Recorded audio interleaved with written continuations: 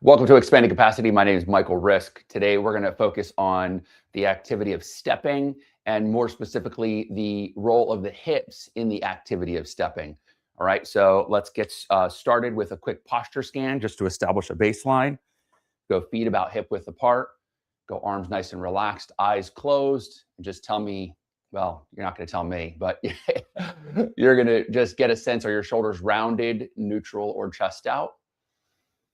Mine are more on the rounded side at the moment. Okay, and now we want to establish our litmus test. The best place to do this is on the bottom step of your staircase, wherever that is. Hopefully that's accessible to you. Okay, so what we're going to do here, I'll just give you my profile so you can see how it looks. It's really simple. You're going to place your whole left foot onto the step, and then we're just going to step back with the right foot and then come back up. All right, so we're assessing the left hip's capacity to flex and then extend. Flex and extend. Flex and extend. Now let's just compare that to the other side. Okay, so as soon as I go to step down with my left foot, I can tell that my right hip or something on my right side is not moving as well because it doesn't feel as clean. Okay, now let's just alternate. And if you're in a stable environment, it's really helpful to close your eyes and just feel the motion that's occurring at the hip and get a sense, is one moving better than the other?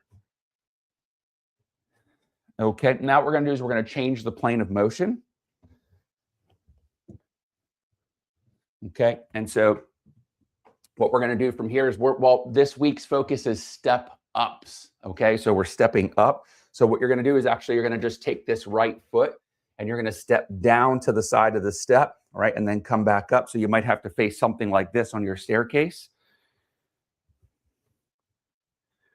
Okay, so again, when the left leg is not moving, that's the side that we're assessing. And then we switch that over for 5. Now I can tell my right hip's actually moving better in this plane of motion. Okay, now this one's probably going to be a little bit tricky for you to do alternating sides. But when you step down off your step, to make it easy, is just step down and back. Step down and back. Just like that. Okay, so we're still doing a side step.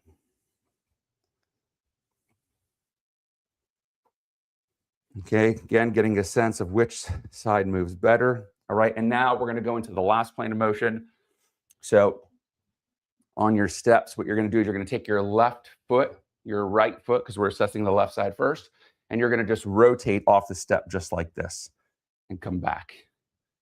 So we're assessing the left hip's capacity to control the motion going down and then create it coming back up. Okay, and then we're going to switch that over to the other side. And of all the planes, this rotational one feels the most challenging for my right side. Okay, now we're going to alternate sides. So we go 1, 1, 2, 2. Close your eyes. Do you have a preference? Does one feel more natural or springier? Okay, so that we've got our litmus test down now, what we're going to do is we're going to go through a stepping matrix in a way that really expands the capacity of our hips. Okay, so we're going to start in the forward to back plane. So the movement's going to be pretty simple. If you're on a staircase, you're just holding onto your banister with both hands. What you want to do is when you step down, right, you're just going to increase the length of the distance of the stepping foot. You're going to go back and then take a bow. And so what we're doing is we're creating hip flexion here. Okay, so we're stress testing the hip here. If you have discomfort, obviously don't go that far, right? Maybe yours looks something more like this, but as long as you're taking that forward bow, you're going to get the movement. Okay, so we go 1, but then what we're going to do is we're going to come up and just think about, if you're on a bike, popping a wheelie. All right, so then you go 2. Now notice this leg, my left leg, which is my stance leg, is straight here. So it's going to bend when I go back, but it's going to straighten when I come up. And my stepping foot, my right foot, notice I'm on my tippy toes here. So I just touch down here and then come up here. All right, so it's never fully weight bearing on the right side. All right, so it's 1, 2, 1, 3, 1, 4, 1, 5. Pop the wheelie at the top. 7, 8, 9, and 10. Okay, so what we're going to do is we're going to pulse at both ends. So ready, let's go back first. Now we're just going to pulse. 9, 8. Sit heavy in your heel as you just take that little pulsing bow. 4, 3, 2, 1. You should feel the glutes on the stance leg side. We're going to come up now, ready? And now we're just going to pop the wheelie. So lift the ribs, let the hips slide forward. Lift the ribs, let the hips slide forward. Okay, notice my stance leg is straight. I'm sitting my heel heavy into the step as I lift my ribs up and away, as I allow my hips to slide forward. 9, 10. Okay, now we're going to go to the other side. So let me change here.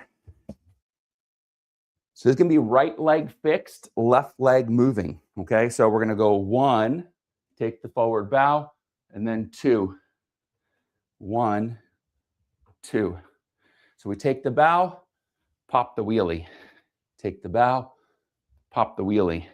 Take the bow, pop the wheelie. And when I really exaggerate this movement, I can tell I don't have near the same capacity on this hip as I did on the other side. Pop the wheelie, take the bow, pop the wheelie. Let's go 3, 2, 1. Let's go back to the low position. Heavy pressure into the heel. Take that little pulsing bow right at the edge of your threshold where the hip can no longer bend cleanly. Mine's right here. I'm starting to feel that right glute really fire up. 8, 9, 10. Now I'm going to come up. I'm going to pop the wheelie. So there's a few things happening here. 1, I'm driving my heel down into the step. 2, I'm lifting my rib cage up. So now I have these oppositional forces, and I allow the hips to slide forward. Okay, so it's just like that. 9, 8, 7, 6, 5, 4, 3, 2, 1. Okay. Now we're going to change the plane of motion. So to make this look most like what your setup probably is. All right, so now we're just on step number 1. And what we want to do from here is we're just going to step down and back. I'm sorry, we're going to step down and across, right? So left foot's going to step down and across. We're going to get the back hip here when we step down and across. And then what we're going to do is we're going to come up, and then you notice I'm just going to go tippy-toe contact with the left foot because now the groin is getting stimulated on the right side. So ready, we have the hip getting stimulated, the glutes, and now when we step up and across, we have the groin getting stimulated. So we go 1, 2, 1, 2, 1, 3, 1, 4, 5. Now we're still flexing and extending like before, but we're doing it in a different plane of motion. And if you're not training in 3D, you're leaving all the benefits on the table because that's how our body functions. Okay, and now we're going to hold both. Ready? So let's hold the down first. 9, 8. Again, that little pulsing bow, but now there's this little side angle to it. A lot of heavy pressure in the heel. 8, 9, 10. All right, and now we're going to go to the up position. And this is still popping the wheelie, heavy pressure in the heel, lifting the ribs. When the hips slide, they're not going entirely forward. They're going forward to the side, just like this. 7, 6, 5, 4, 3, 2, 1. Okay, let's go over to the other side. So now we're going to go left leg fixed, right leg moving. We're going to step the foot down and across, and then up and wide. Okay, so down and across, up and wide. 1, 3, 1, 4, 1, 5, 6, 7, 8, 9, 10. Okay, right, let's go to the low position. Heavy pressure in the left heel. 8, 7, 6, 5, 4, 3, 2, 1. Okay, up and across now. Little pop in the wheelie as we slide to the right. 4, 5, 6, 7, 8, 9, and 10. Okay, now we're going to go into the last plane of motion. I'm going to keep my setup exactly the same here. The movement's just going to look like this. We're going to step down with one foot. We're going to open up. And then we step back onto the step. We're just going to rotate the other way. So it's 1, 2. Okay, so we're going to go 1, take that bow. 2, lift up tall. All right, so we take the bow, lift tall. Let's go for 10 more. Ready? Go for 10. 9. Remember, when the left leg is moving, we're assessing the right leg capacity. Okay, so as you're feeling the quality of this movement, your body's ability to control the movement, and then create a nice springy reaction back into the other direction, we're assessing right leg capacity. You can go a few with the eyes closed. Just really get a sense of how well your right leg's tolerating this demand. Okay, and now let's switch that over. So we're gonna, let's go back. Sorry about that. We're gonna go back. We're gonna hold the down position, and now we're just gonna pulse. 9, 8. Now what I'm doing is I'm pivoting my foot here a little bit. Okay, so I'm pivoting my heel toward the step. 7, 6, 5, 4. As I take a little bow. 3, 2, 1. Okay, now let's go the other way.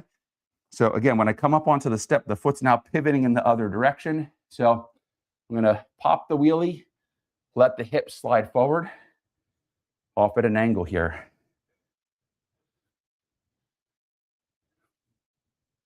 7, 8, 9, 10. Okay, let's switch that over. We're gonna go right leg moving. We're gonna step down, toe out, and then we're gonna come back up, toe in. So it's 1, 1, 2, 2, 3, 3.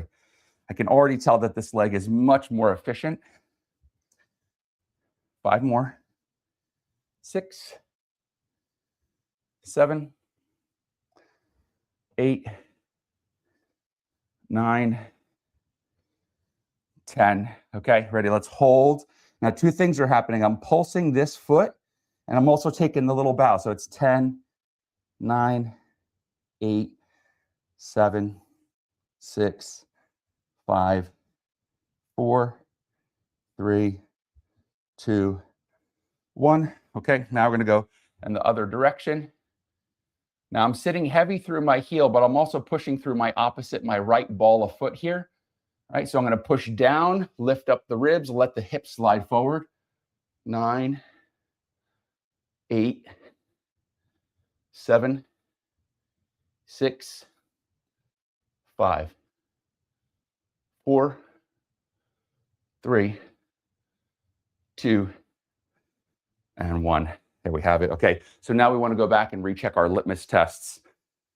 So this is actually probably good right here. Ready? So let's go get some AC on. I am sweating good. We're going to go left foot stepping back, right foot stepping back. Sorry, we're assessing the left side for 5, 4, 3, 2, 1. Other side. 2, 3, 4. I'll tell you what, significant improvement from the beginning. Okay, so let's now alternate sides.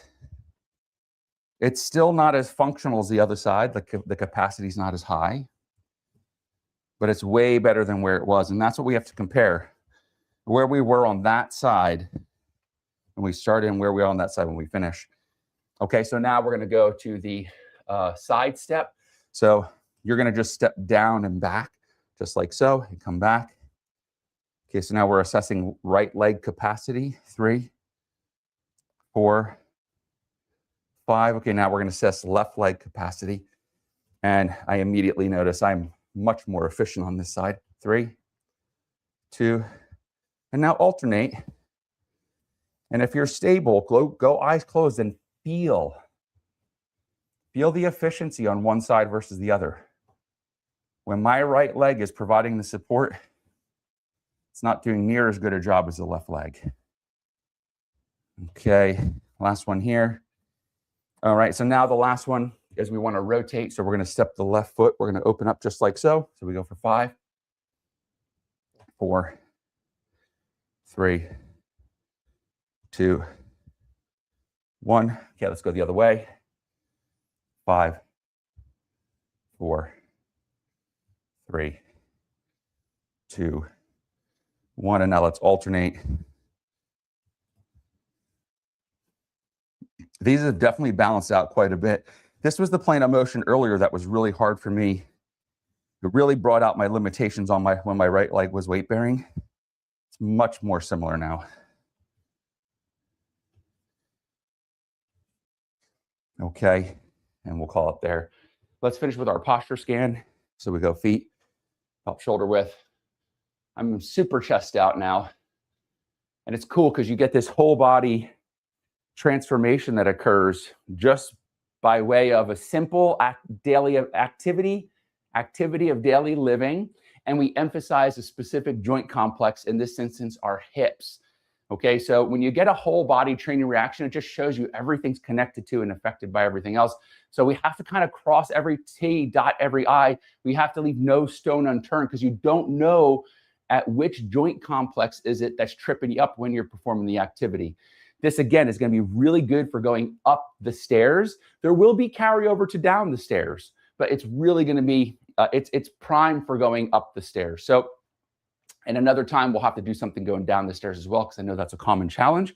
All right, from here, the most important thing to remember is that when you sense the imbalances, that is the root cause of your stiffness, pain, and discomfort. So before you go and start thinking about labels, oh, I have arthritis, I have an impingement, I have Osgood-Schlatter's, I have X, Y, or Z, right? We need to remove that. It's not that that's not a consideration or real, okay? But we need to be able to assess our capacity, and then we need to have a structured way of expanding it, one step at a time.